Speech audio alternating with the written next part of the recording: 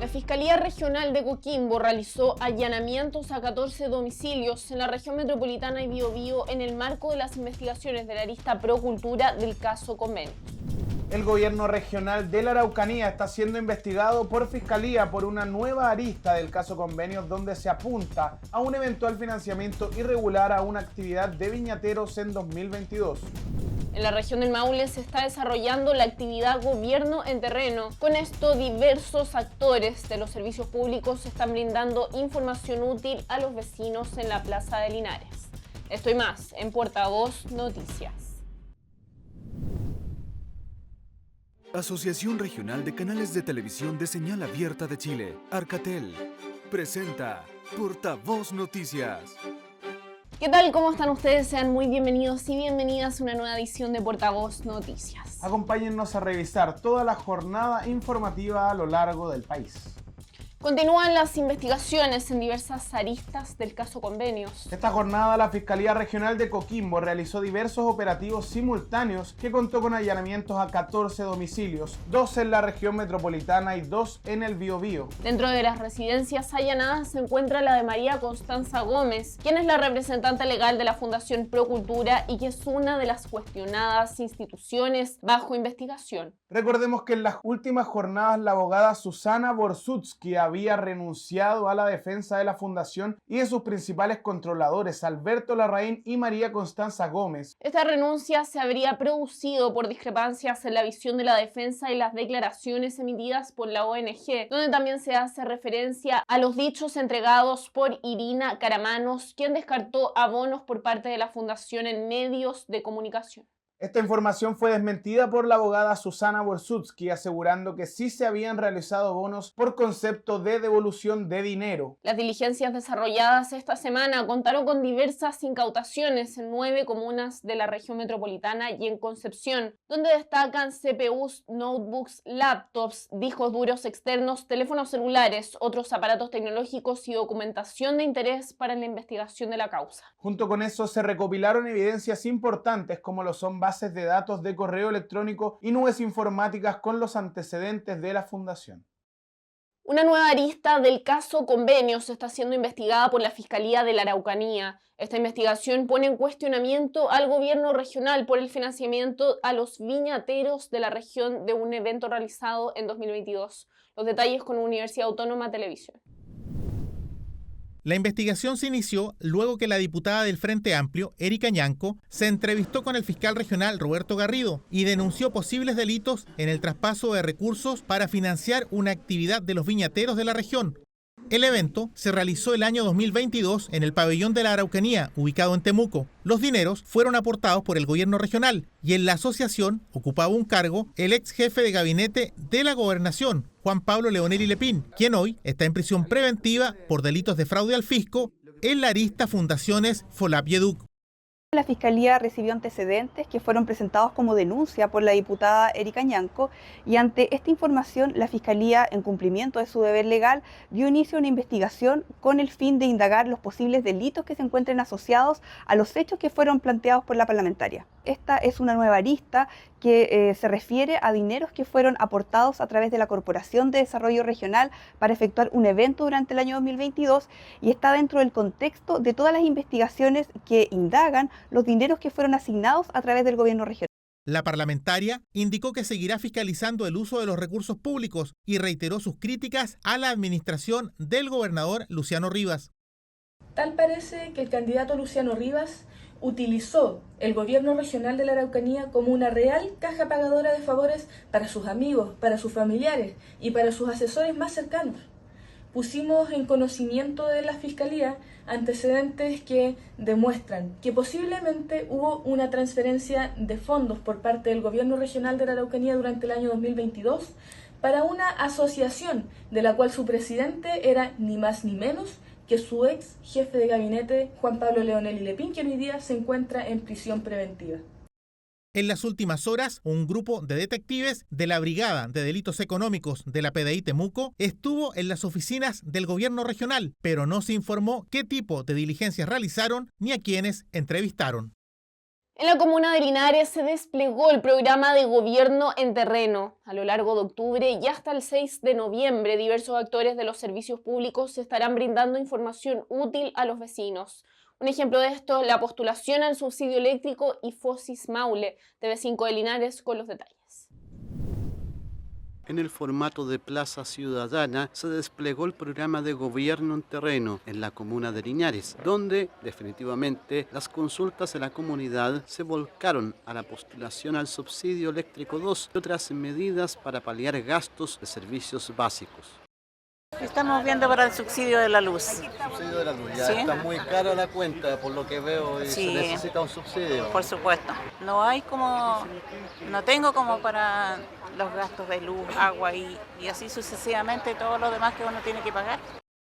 Por ello, la Delegación Provincial de Linares, en conjunto con la Seremi de Energía, Chile Atiende y otros, habilitaron puestos de respuestas y seguirán con ayuda hasta noviembre. La delegación está entregando y ayuda para que la gente postule al subsidio eléctrico, el cual la gente que ya lo obtuvo no es necesario que vuelva a postular, pero los que no pudieron hacerlo por X motivo, hoy día aquí en la plaza estamos postulando a la gente en subsidio eléctrico. ¿Cuál es lo bueno? Que no solo va a ser hoy día, en una hora ya llevamos más de 50 personas que han sido ayudadas por la delegación. Durante todo este mes, hasta el 6 de noviembre, vamos a estar haciéndolo en la delegación en el segundo piso, acá en Manuel Rodríguez 580. También Fosis con su oferta programática de capacitación y emprendimiento y CERNAC con acceso a información para consumidores formaron parte de la iniciativa. Nosotros estamos viendo todo lo que tiene que ver con emprendimiento, ya sea básico o avanzado principalmente, y obviamente con las familias más vulnerables que están sobre el 40%.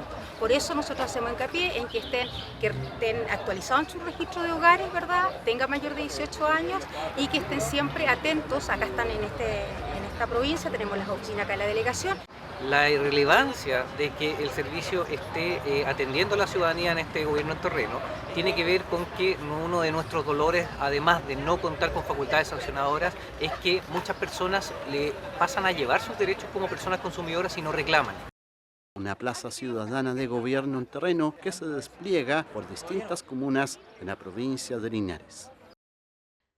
Bueno, y vamos a continuar revisando noticias nacionales, pero antes vamos a revisar las novedades en el deporte, porque en el fútbol, La Roja hoy jueves se va a enfrentar contra Brasil, ¿no, Lucas? Corre una nueva fecha de las eliminatorias de la Conmebol, pensando en el Mundial del 2026 y puede pasar cualquier cosa, pero pasemos a revisarlo En el bloque de Vladimiro Mimisa a continuación. Caja de Compensación Los Andes, construyendo valor social, presenta Deportes en Portavoz Noticias. ¿Qué tal, amigos? Gusto de saludarles. Una vez más en vuestros hogares para hablar en este portavoz informativo de la cadena Arcatel de Arica Magallanes sobre la actividad deportiva. Evidentemente que ya nuestras miradas están puestas en lo que va a ocurrir dentro de poco. Juegan en el Estadio Nacional, en ese maravilloso óvalo del Parque Estadio Nacional, Chile con Brasil por las clasificatorias de la Copa del Mundo con arbitraje del argentino Darío Herrera. Antes de entrar a lo que fueron las últimas declaraciones de Ricardo Gareca en el día de ayer en conferencia de prensa y al partido de esta noche dentro de pocos instantes, quiero hacer llegar, en nombre de todos quienes hacemos esta cadena Arcatel, las condolencias más sentidas a Azul Azul, a la Universidad de Chile y especialmente a la familia de Lorenzo Hernán Prieto, terapeuta de la Universidad de Chile, que producto de un infarto cardíaco perdió la vida mientras realizaba el footing previo al partido jugado por Copa Chile entre la U y Coquimbo Unido en la cuarta región del país. Un abrazo en consecuencia a toda la familia azul. Y como diría Julito Martínez, vamos a lo nuestro, vamos a lo que nos convoca. Y nos convoca evidentemente el partido para el cual usted debe estarse preparando en cualquier rincón del territorio nacional entre Chile y Brasil. Desde el 2002 que Chile no le gana a Brasil en una actuación memorable, ¿no? Sala, Zamorano, está y marcaron 3-0. El triunfo de Chile frente a Brasil, que de poco o nada sirvió, porque Chile no clasificó para el Campeonato del Mundo pese a esa victoria para el Mundial de Corea y Japón. Hoy las cosas son distintas. Primero, enfrentamos al más débil de los Brasil que hemos conocido a lo menos en los últimos 15 años. Una selección que viene incuestionablemente con el ala herida y con muchas ausencias. Pero a nosotros nos interesa qué va a ocurrir con Chile. ¿Qué sensación nos dejó Ricardo Gareca al escucharla ayer en la conferencia de prensa? Gareca no tiene dudas. Gareca cree que es posible revertir la actual situación por la que atraviesa la selección chilena. ¿Y cuál es la situación? Es que en estos momentos no estamos clasificando ni siquiera para la repesca del campeonato mundial que se viene dentro de los próximos 2 años. Chile hoy sale a la cancha también con importantes ausencias, con bajas fundamentalmente por tarjetas amarillas acumuladas o por lesiones. Jugadores que han sido titulares en el proceso Gareca hoy no estarán por decisión técnica o razones ya dadas a conocer, lesiones o acumulación de tarjetas. Así, en consecuencia, tendríamos la oportunidad, porque Gareca no lo anticipó, estamos solamente jugando a la especulación. Tendríamos la oportunidad de ver a 2 laterales nuevos, absolutamente novicios en el plano internacional, en la serie superior. Claro está, llámense Ormazábal por derecha y Morales por la izquierda. Aunque por la izquierda también podría aparecer Galdames, que fue el último incorporado al equipo de La Roja en el complejo deportivo Juan Pinto Durán. No estará Williams Alarcón, no estará Loyola, que fueron las últimas bajas del equipo nacional.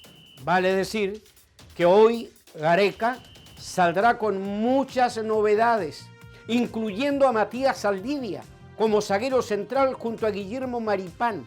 El debut como titular, porque ha jugado algunos minutos de manera esporádica. Primera vez que es titular en las clasificatorias de la Copa del Mundo, el arquero de Colo-Colo, Brian Cortés. ¿Jugará o no jugará Palacios? Dijo Gareca, voy a conversar con Palacios a ver si se siente cómodo en la selección nacional a raíz de sus últimas declaraciones. ¿Se acuerdan ustedes cuando se le ganó a la Universidad Católica, su equipo, el Colo-Colo? Él dijo, estoy pensando si voy o no voy a la selección chilena. Después rectificó. Da la impresión que recibió oportunos consejos de los más experimentados para recordarle a Palacios que no hay nada más importante y no hay orgullo mayor que ser seleccionado nacional. Esperamos que esta noche tenga un buen cometido Darío Herrera, el argentino, que nos dirigió en un partido para olvidar, cuando Chile debutó en este proceso clasificatorio, cayendo frente a los uruguayos por 3-1. Brasil, Chile, Chile, Brasil, en el Coloso de Ñuñoa, luego a las 9 de la noche. Mañana hablaremos sobre este partido y el desarrollo de las clasificatorias. Buenas noches. Poder elegir dónde atenderme es un gran beneficio. En Caja Los Andes queremos que tu presupuesto no sea un impedimento para cuidar tu salud. Estés donde estés, aprovecha estos beneficios.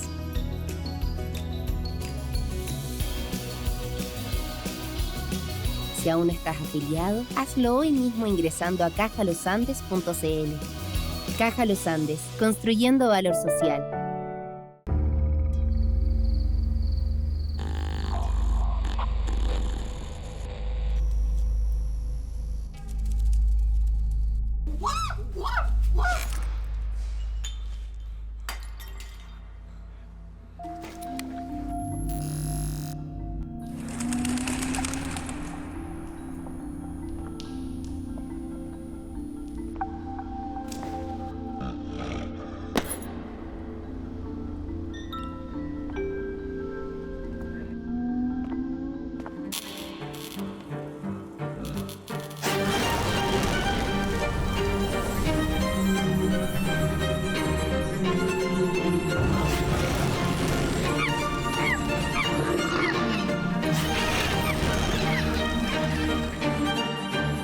Noche de Museos. Este viernes 11 de octubre, la cultura nos ilumina. Puedes revisar todas las actividades disponibles en www.nochedemuseos.cl, gratuito y en horario extendido.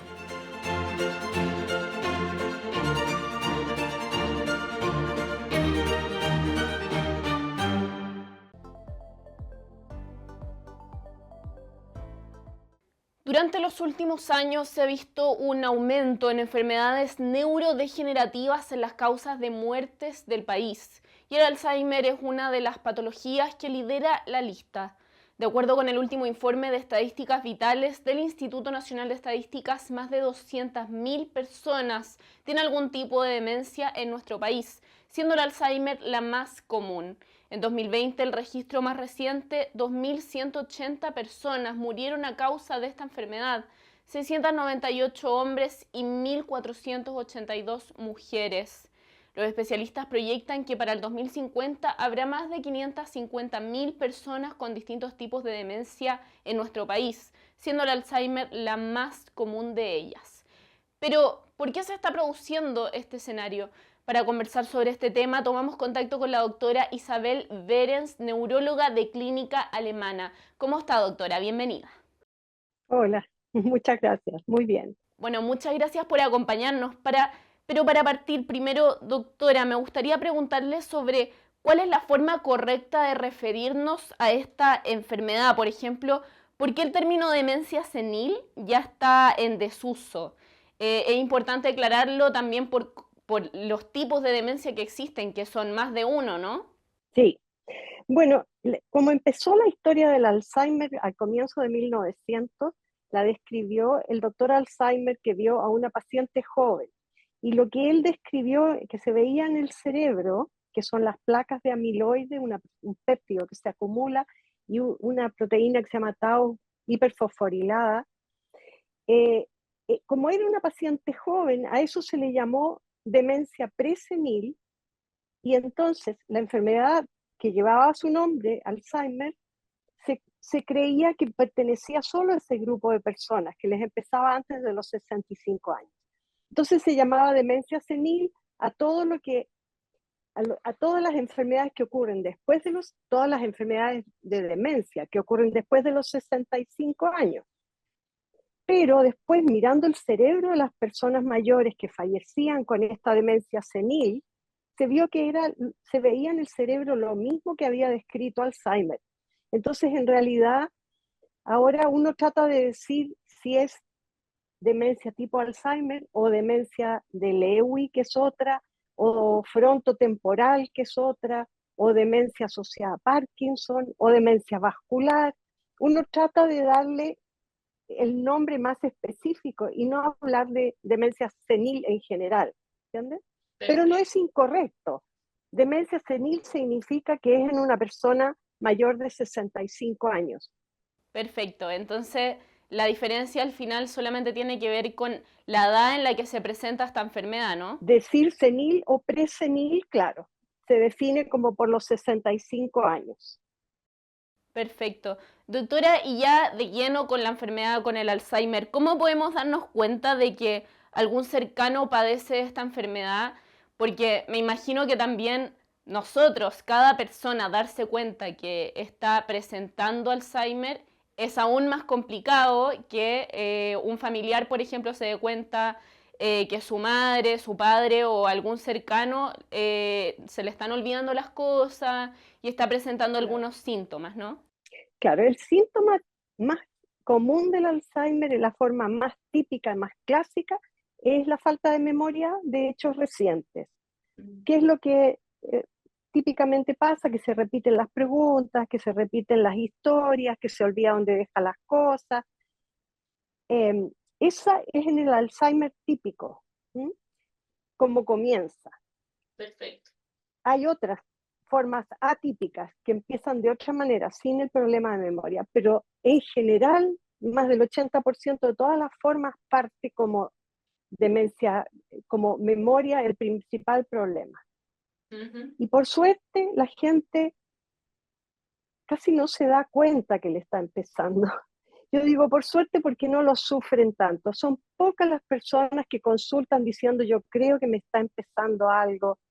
Generalmente o no se dan cuenta o no quieren darse cuenta, pero ya más avanzada la enfermedad, es parte de la enfermedad que el paciente no reconoce, no se da cuenta, no lo siente como propio el problema. Ya vamos a hablar de las conductas que son propias de una familia quizás para para tener con un paciente de Alzheimer, pero por ejemplo, yo quería preguntarle cómo podemos diferenciarlo también de otras patologías. Obviamente tendríamos que ir a consultar con un especialista, pero pongámonos en la situación, por ejemplo, que es una persona con déficit de atención e hiperactividad o quizás sin hiperactividad, pero que no es raro que se le olviden las cosas. Por ejemplo, que se le olviden las llaves del auto, que se le pierdan y esas cosas. ¿Cómo podemos separarlo de una normalidad quizás? ¿Y qué pasa también en los casos, que son muchos, de personas que son solas en general, que no tienen una red de apoyo permanente o quizás la tienen pero no es de todos los días? Personas que son adultos mayores pero que son independientes, que salen. ¿Cómo uno se puede dar cuenta si es que existe esa distancia quizá? Bueno, no es fácil a veces el diagnóstico, distinguir entre un déficit atencional de una persona adulto mayor. Es raro que se haya hecho el diagnóstico de joven, porque antes no era muy común hacer el diagnóstico en adultos, solo en niños. Claro. Pero lo que ayuda a hacer la diferencia es que una persona que tuvo toda la vida déficit atencional ya desarrolló estrategias como para anotar las cosas, ya sabe cómo es, y los familiares cercanos también la conocen a esa persona y saben el tipo de errores que cometía.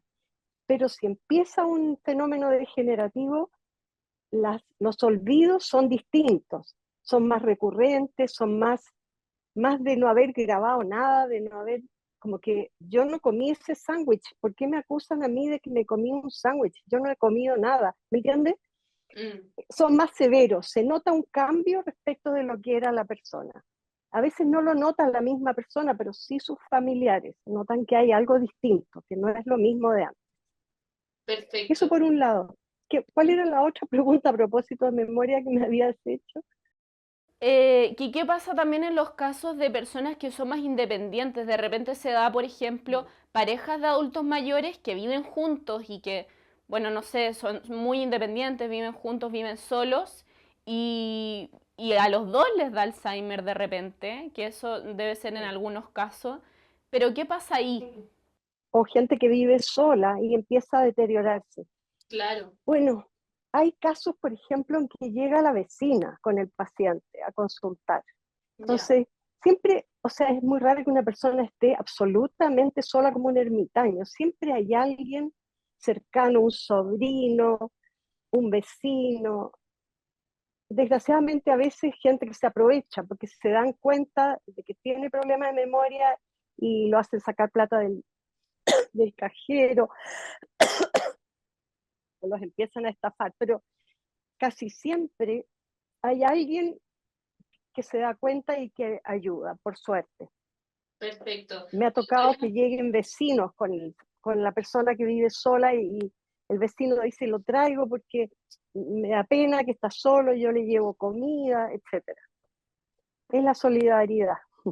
Doctora, ¿a qué edades podemos ver que se presenta esta enfermedad? Usted nos decía al principio que esta enfermedad nació por una persona que era presenil, o sea, antes de la vejez, digamos, pero ¿en qué rango de edad se puede empezar a presentar los síntomas del Alzheimer? O quizás no síntomas, pero sí como alertas de advertencia. Claro. Mira, como te decía antes, se define los 65 años como una fecha, porque a los 65 años, si uno mira toda la población, un 1%, un 2% tiene problemas de memoria o de inicio de deterioro. Perfecto. Y de ahí sigue subiendo mucho. A los 85 años puede ser que hasta el 35% de la población tenga problemas. Antes de los 65, es raro que empiece, pero hay que poner ojo si uno tiene muchos antecedentes familiares, mamá, papá, hermanos, primos, etcétera, que les empezó joven, antes de los 65. Ahí uno tendría que parar la oreja de que podría ser algo que sea más hereditario, y como se hereda también la edad de inicio, uno puede saber que si en la familia les empezó a los 50 años, probablemente a todos más o menos a los 50 les podría empezar. Perfecto. ¿Y de alguna manera se podría prevenir o quizás no prevenirla, pero aplazar la enfermedad en esos casos? ¿Qué cosas podemos cambiar y qué cosas no? Que me imagino que factores como la genética no podemos cambiarlo, pero sí conductas diarias, ¿no? Sí. Bueno, hay un estudio muy interesante que hizo una comisión, Lancet se llama, de una revista americana. Bueno, son de distintos países, donde estudiaron todas las cosas que uno podría modificar para disminuir el riesgo de tener demencia en la población. Y ahí lo que importa son la educación, sobre todo en la edad joven de la vida, pero la educación o aprender algo nuevo en todo momento de la vida es un estímulo favorable. La audición hay que cuidar la audición especialmente en las etapas medias de la vida. Hay que evitar los golpes importantes en la cabeza, hay que evitar la polución, pero dentro de las cosas que uno realmente puede modificar está los factores de riesgo cardiovascular, porque todo lo que echa a perder el corazón también echa a perder el cerebro, la presión alta, la diabetes, el colesterol alto, la obesidad. Hacer ejercicio es muy importante, mejorar no solo el flujo hacia el cerebro, sino que se ha visto en estudios en ratones que estimularlos físicamente mejora las conexiones de las sinapsis, incluso aumenta el número de sinapsis en ciertas zonas del cerebro. Entonces es muy importante hacer ejercicio físico, hacer interacción social, que la persona no se aísle, no se quede sola, que tenga estímulos, que comparta con otras personas y que aprenda algo nuevo. Todos esos factores se sabe que evitan o pueden retrasar el desarrollo de la enfermedad. Perfecto, eso es súper importante recalcarlo porque si bien hay muchas cosas que ya no podemos prevenir y que no se pueden hacer, hay cosas que sí son muy buenas para nuestra salud en general, no solamente para el Alzheimer, pero que definitivamente ayudan y está comprobado. Y doctora, yo quería preguntarle también cómo está el mundo científico en relación a los tratamientos para el Alzheimer, porque si bien todavía no se encuentra una cura, no sé si vamos en camino a eso, pero sí han habido avances en tratamientos, ¿no? Sí, han habido avances después de muchos años en que muchos ensayos clínicos fallaron. Se llama ensayos clínicos cuando se prueba un fármaco nuevo en gente donde uno no sabe si está recibiendo el fármaco o está recibiendo un placebo, una droga de mentira. Muchos ensayos clínicos fallaban. En los últimos 18 años no había salido ni uno había sido aprobado para uso clínico, y ahora desde el 2021 se aprobaron ya 3 en Estados Unidos, y en algunos otros países se han ido aprobando, no acá en Chile todavía, no sabemos si va a llegar o no, y son medicamentos que modifican la biología de la enfermedad. Lo que hacen son anticuerpos que tratan de sacar esa proteína que se llama amiloide y que se sabe que se acumula en el cerebro de las personas que tienen Alzheimer. Y se cree que esa es la causa inicial que desencadena una cascada de eventos que son debajo de ese. Entonces, la idea es que sacando ese, se evite que siga ocurriendo la cascada. Perfecto. Se demostró que si sacan el amiloide, se demostró que mejoran levemente en 18 meses la parte cognitiva de los pacientes. Pero la idea es que si uno sigue más adelante, a lo mejor si los mira por más tiempo, se nota más la diferencia, el beneficio, digamos. Pero eso no se ha demostrado todavía. Y tienen efectos secundarios, primero son caros, muy caros. Más de $26.000 al año. Tienen efectos secundarios, pueden producir hemorragias en el cerebro o edema se llama, o que se acumula agua en el cerebro. Entonces hay que hacer resonancias varias veces para ir viendo que no aparezcan estas hemorragias. Y si es que aparecen hay que suspenderlo. Tienen que ser administrados por vía endovenosa, entonces tiene que ser en una clínica. Muchos factores que los hacen poco prácticos y muy caros y riesgosos. Entonces, esperemos que salga algo más fácil de aplicar y más barato, pero probablemente sí. Bueno, doctora, muchas gracias por acompañarnos hoy día y conversar sobre el Alzheimer, un tema muy importante hoy día y que está liderando una de las principales causas de muerte en nuestro país. Doctora Isabel Behrens, neuróloga de Clínica Alemana, muchas gracias por acompañarnos hoy día. ¿Por qué, pues? Buen Muchas día. gracias, que le vaya muy bien. Vamos a una breve pausa y ya regresamos con más Portavoz Noticias.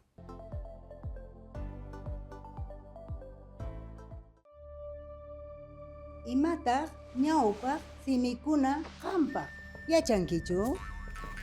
Chayqa kawsayninchismi. Creo potetato puna. Pachamamán kamañapawa. Tahin newen. Melei tahin Moimanoel tahin tuun. Heimechi pneafikin. Tahin vilkatun ka ebeutun meo.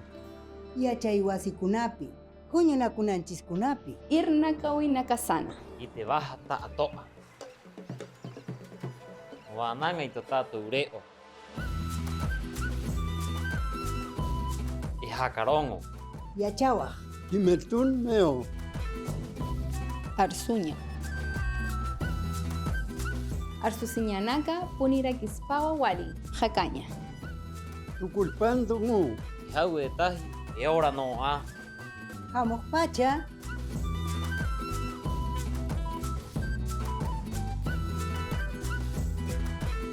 Lipinchis atisuman rimaita kay rimaykunata. Ta atoa eite no mo vananga. Pues un viña tati. Kaykeche tañikimal kañi dunwal yamay. Untam wali yaki cañanaca, utjiwa wali arunaka yati cañataki. Las lenguas son el futuro.cl. Gobierno de Chile. Chile avanza contigo. La región de Antofagasta lidera las denuncias contra el transporte público en la macrozona norte. Según datos del Ministerio de Transporte, este año los principales reclamos corresponden a las categorías de conducción irresponsable, maltrato y por no respetar la tarifa escolar. El reporte es de Antofagasta Televisión. Conducción irresponsable, maltrato y no respetar la tarifa escolar son las tres principales causas asociadas a las denuncias realizadas por habitantes de la región de Antofagasta en materia de transporte público. Datos que fueron entregados por el Ministerio de Transportes y Telecomunicaciones y que ubican a la región con la mayor cantidad de denuncias de toda la macrozona norte del país. A nivel nacional se han recepcionado más de 20.000 denuncias, de las cuales 816 corresponden a la zona. Llevamos a la fecha sobre 20.000 denuncias, en la región 816, lo que equivale al 4% de esos 20.000, y dentro de esas denuncias, la mayor denuncia está asociada a la conducción irresponsable, maltrato, también no respetar la cédula del pase escolar, problema con los estudiantes, y lo que estamos haciendo nosotros con estas estadísticas las procesamos, se cursan los cargos a las diferentes empresas y conductores, incluso algunas empresas toman las decisiones de desvincular a los conductores cuando estas son graves, y también nosotros hemos estado en una campaña de difusión de capacitación con los conductores en algunas líneas sobre el buen uso del pase escolar. Desde el sector enfatizan en la importancia de las denuncias por parte de la población. Así que hacemos un llamado a la población, a los vecinos, a los usuarios, que cuando ellos sienten que son maltratados en el transporte público, hagan las denuncias al correo transporteescucha.cl y hagan su denuncia ahí para nosotros hacer los cargos y seguir mejorando esto, porque si nosotros no tenemos denuncia, no sabemos cómo está funcionando. Según datos del Ministerio, la región de Antofagasta encabeza la lista con más de 800 denuncias ingresadas, seguida de Coquimbo con 671, Tarapacá con 458, Atacama con 275 y Arica y Parinacota con 222 denuncias interpuestas. Y con esta nota damos por finalizada una nueva edición de Portavoz Noticias. Recuerden que la información de las regiones la pueden encontrar a través de nuestra página web www.portavoznoticias.cl. Nos despedimos y recuerden que también nos pueden encontrar en las redes sociales. Muchas gracias por acompañarnos y ya nos reencontraremos en futuras ediciones de Portavoz Noticias. Nos vemos. Asociación Regional de Canales de Televisión de Señal Abierta de Chile. Arcatel presentó Portavoz Noticias.